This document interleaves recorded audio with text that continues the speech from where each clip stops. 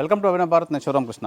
మనం చూడొచ్చు ఇప్పుడు దుర్గా బజార్లో అయితే ఉన్నాం. దుర్గా బజార్ ఆ మహిళ ఎక్కడైతే హత్యకు గురైందో ఆ ఇంటి ముందైతే ఉన్నాం. మనం చూడొచ్చు ఇప్పుడు ఈ సీసీ కెమెరాల ద్వారా ఆ నిందితుడు ఏ విధంగా వచ్చాడు, ఏ విధంగా వెళ్ళాడు అని చెప్పి సీసీ కెమెరా ఫుటేజ్ అయితే మనకి అభినవ్ భారత్ చేతికైతే చిక్కింది.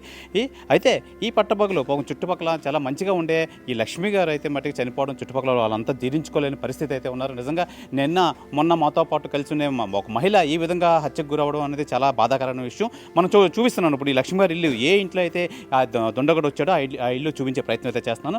చూడండి, ఇదే ఇంట్లో ఫస్ట్ ఫ్లోర్లో మొత్తం ఎవరైతే ఈ లక్ష్మి గారు అయితే ఉన్నారో నిన్న ఉదయం పట్టపగలు 10 గంటలకి 10 నుంచి 11 సమయంలో అయితే ఈ మర్డర్ అయితే జరిగింది. అసలు ఎందుకు చేశారు ఏంటి అని చెప్పి అది కోణంలో అయితే పోలీసులు మొత్తం టీముల కింద విడిపోయి అయితే మరి దీనికైతే మొత్తం ఏర్పడి వెళ్తున్నారు. అయితే ఇప్పుడు మనం చూపించవచ్చు, మనం వచ్చాం ఇదే బిల్డింగ్లో ఇదే ఫ్లోర్లో అయితే తాళం వేసి ఉంది.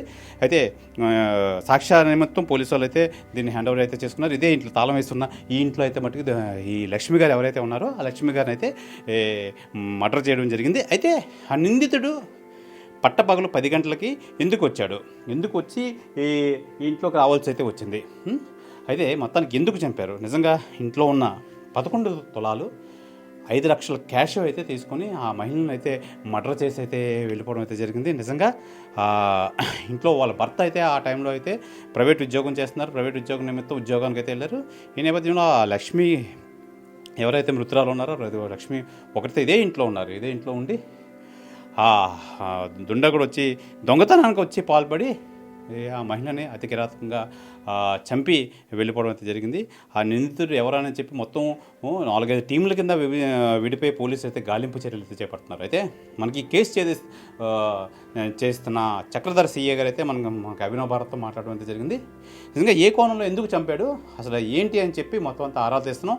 మొత్తం నిందితుడు అయితే ఇంకా దొరకలేదు, నిందితుడి కోసం గాలిస్తున్నాం అని చెప్పారు. అయితే ఇదే ఇంట్లో నిజంగా నిన్న ఆ లక్ష్మి గారు అయితే తను చాలించడం అయితే జరిగింది. నిజంగా ఆవిడ చాలా ఇరుగు పొరుగు వాళ్ళతో చాలా ఆప్యాయంగా ఉండే ఆవిడ నిన్న మాతో ఉండే మనిషి ఈరోజు శవమే తేలిందంటే నిజంగా మేము జీర్ణించుకోలేకపోతాం అని చెప్పి చుట్టుపక్కల అయితే తెలియజేస్తున్నారు. ఏదేమైనా ఈ పట్టపగలు జరిగిన హత్య నిజంగా విశాఖలో నిజంగా సంచలనం సృష్టిస్తుంది. ఎందుకు చంపాల్సిన విషయం అయితే వచ్చింది. అయితే దొంగతనాలు పాల్పడడానికి పట్టపగలు ఎంచుకోవడమే ఒక ఇదైతే నిజంగా ఒక మహిళని నిజంగా చంపేయడం అనేది అతి కిరాతకంగా చంపడం అనేది చాలా బాధ అయితే జరిగింది. అయితే ఈ నేపథ్యంలోనే మొత్తం ఎవరైతే ఉన్నారో వాళ్ళు కుటుంబం కూడా నిజంగా చాలా బాధపడుతున్నారు. మా కుటుంబం పెద్ద లక్ష్మి గారు అయితే చనిపోవడం అయితే జరిగిందని చెప్పి తెలియజేస్తున్నారు. అయితే మొత్తానికి ఈ శవ పంచనామా నిమిత్తం మొత్తం కేజీఎస్ అయితే వెళ్ళారు మొత్తం అంతా కుటుంబ సభ్యులు. ఈ నేపథ్యంలో మనం నిజంగా అసలు ఆ దుండగుడు ఎందుకు వచ్చాడు, ఎందుకు రావాల్సి వచ్చింది, అసలు నిజంగా వచ్చి ఇంట్లో ఉన్న 11 తులాల బంగారం. సార్ మీరు కింద ఉంటారా మీరు?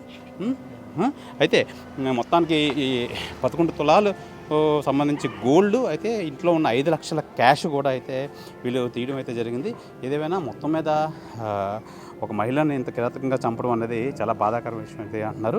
అయితే మనం చూసుకోవచ్చు, నిన్న ఇది ఆరులోవ దుర్గా బజార్ కూతవేట దూరంలోనే ఈ Arilova police station out post అయితే ఉంది. అయితే ఈ పట్టపగలు నిజంగా జరగడం అనేది ఇక్కడ ప్రజలైతే భయాందోళన అయితే చెందుతున్నారు. నిజంగా ఏదేమైనా ఈ నేపథ్యంలో మనం చూడొచ్చు, ఇప్పుడు ఈ సీసీ కెమెరాలు మొత్తం ఈ ఇంటికి ఇదే జరిగింది ఇంటికి సీసీ కెమెరాలు అయితే ఉన్నాయి. సీసీ కెమెరాలో ఈ ఎవరైతే ఈ నిందితుడు ఉన్నాడో నిందితుడు లోపలికి వెళ్ళడం మళ్ళీ బయటికి రావడం, తను మాస్క్ అది పెట్టుకొని అయితే వెళ్ళడం అది మొత్తం జరిగింది. ఇదంతా సీసీ ఫుటేజ్ అంతా పోలీసులు అయితే సేకరించారు. ఆ కోణంలో అసలు ఈ నిందితుడు పట్టుకునేందుకు టీమ్స్ అయితే విడిపోయి అయితే వెళ్ళారు.